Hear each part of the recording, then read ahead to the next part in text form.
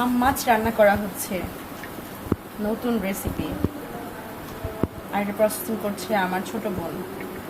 ওইটা ওর হোস্টেলে দেখেছে, ওর এক রুমমেট রান্না করেছে, তো আজকে সে এটা ট্রাই করছে।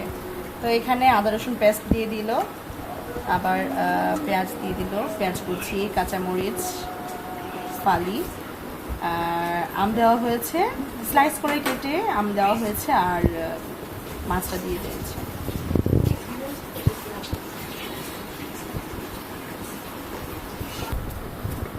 আর এখানে জিরা গুঁড়া, হলুদ গুঁড়ো, মরিচ গুঁড়ো, আর সরি মরিচ গুঁড়ো দেওয়া হয় না এটাতে, এটাতে কাঁচামরিচ দিয়েই রান্না হয় বেশি।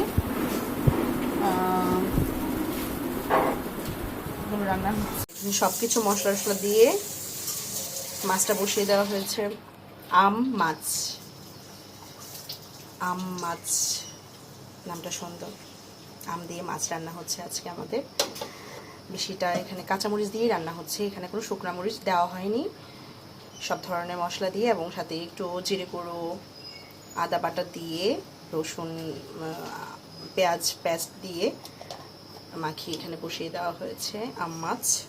একটু হলুদ গুঁড়া দেওয়া হয়েছে, ধনিয়া গুঁড়াও দেওয়া হয়েছে, কিন্তু শুধু লাল মরিচের গুঁড়োটা দেওয়া হয়নি, শুকনো মরিচের গুঁড়োটা।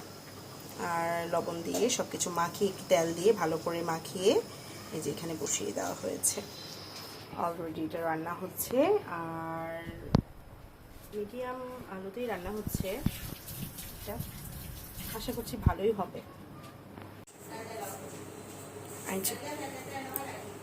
আম মাছ রান্না হয়ে গিয়েছে,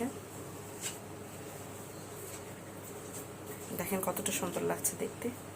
আমি নিজেও জানি না যে খেতে কেমন হবে, আশা করছি ভালোই হবে, যেহেতু দেখতে অনেক সুন্দর লাগছে, অনেক সুন্দর। আম মাছ খেয়েছেন কেউ কখনো? যারা খেয়েছেন অবশ্যই কমেন্ট করে জানাবেন, আর যারা খাননি তারা রান্না করবেন, টেস্টের কথা তো আমি বলতে পারবো না, চেষ্টা করবেন। আল্লাহ হাফিজ।